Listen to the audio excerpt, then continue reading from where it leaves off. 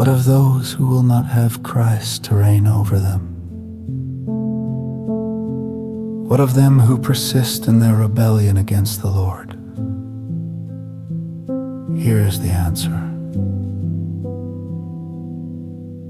For that they hated knowledge and did not choose the fear of the Lord, they wanted none of my counsel, they despised all my reproof. Therefore shall they eat of the fruit of their own way, and be filled with their own devices.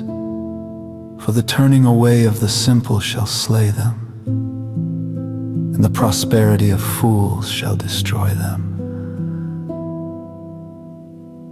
Proverbs 1, verses 29 through 32. They resist the Spirit of the Lord, refusing all its pleadings, until it is useless to strive longer with them.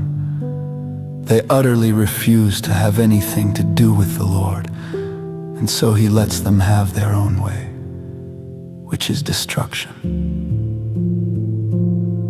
There is a way which seemeth right unto a man, but the end thereof are the ways of death.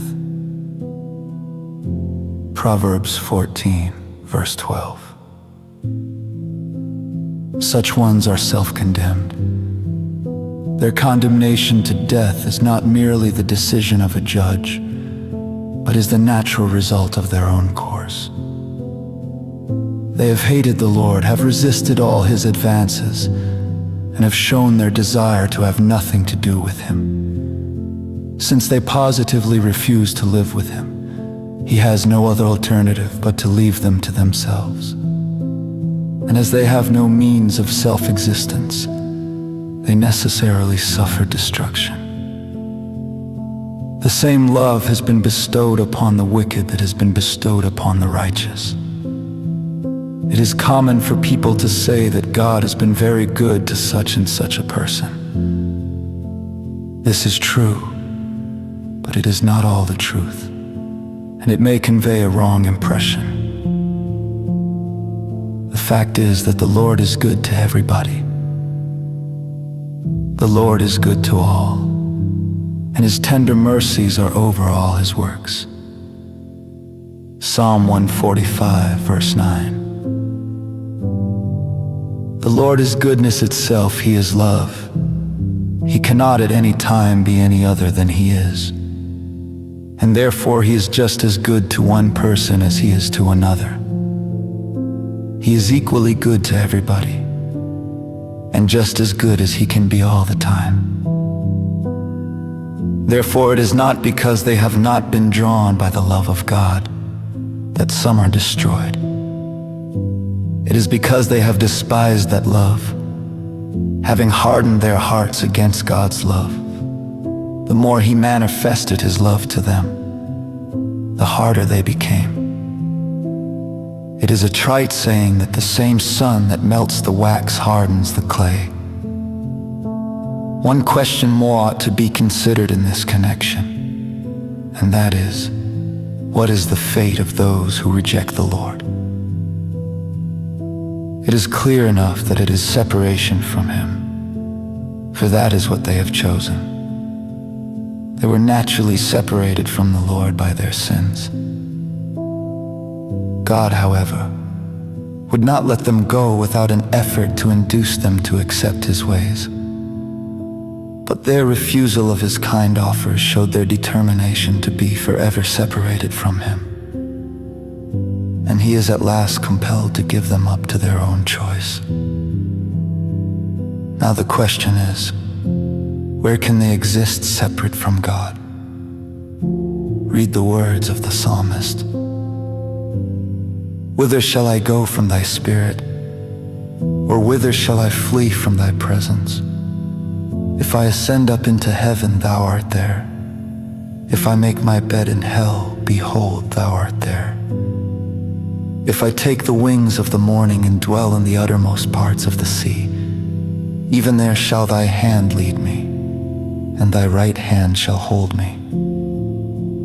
If I say, surely the darkness shall cover me, even the night shall be light about me, yea, the darkness hideth not from Thee. But the night shineth as the day. The darkness and the light are both alike to thee. Psalm 139, verses 7 through 12. God is everywhere. It is His presence, and that only, that upholds the universe. There is no place in the universe where men can exist separate from the presence of the Lord. And this is just what the Lord says shall be their fate. For the day of the Lord is near upon all the heathen. As thou hast done, it shall be done unto thee. Thy reward shall return upon thine own head. For as ye have drunk upon my holy mountain, so shall all the heathen drink continually, yea, they shall drink, and they shall swallow down, and they shall be as though they had not been. Obadiah verses 15 and 16. This is reaping the fruit of their own way, namely rejecting the presence of the Spirit of God. So injustice, no less than mercy, He must let the wicked suffer the punishment which they have worked for.